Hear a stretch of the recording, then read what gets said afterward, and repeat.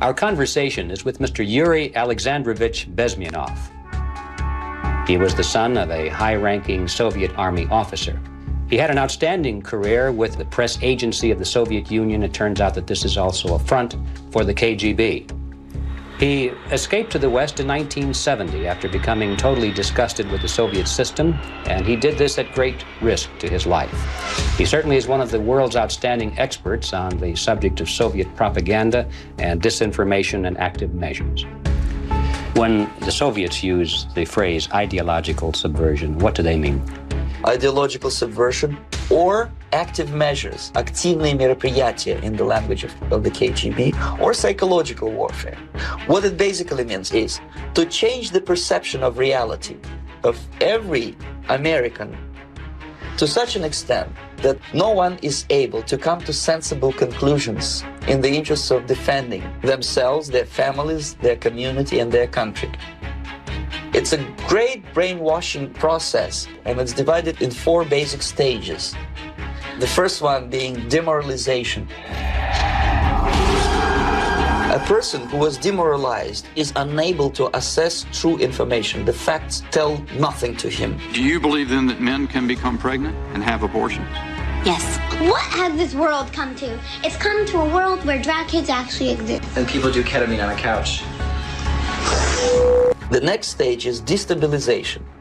Economy. There are some dire predictions on where the world economy is going. Foreign relations. Some of the world's superpowers could be on a collision course. Defense systems. The U.S. Army is cutting back its expectations due to, quote, unprecedented recruitment challenges. The next stage, of course, is crisis. Folks, we're in a crisis. After crisis, you have so-called the period of normalization. When we say getting back to normal, we mean something very different from what we're going through right now. The demoralization process is basically completed already. I could never believe it when I landed in this part of the world that the process will go that fast.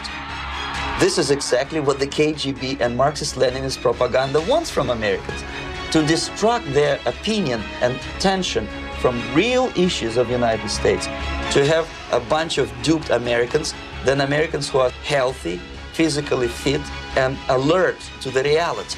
What is your ideal political or social structure? Communist utopia. That's why my KGB instructors specifically made a point. Try to get into filthy rich movie makers, intellectuals, cynical, egocentric people who can look into your eyes with angelic expression and tell you a lie. These are the people who KGB wanted very much to recruit. All these professors and all these beautiful civil rights defenders, they are instrumental in the process of subversion only to destabilize a nation. When their job is completed, they think that they will come to power. That will never happen, of course.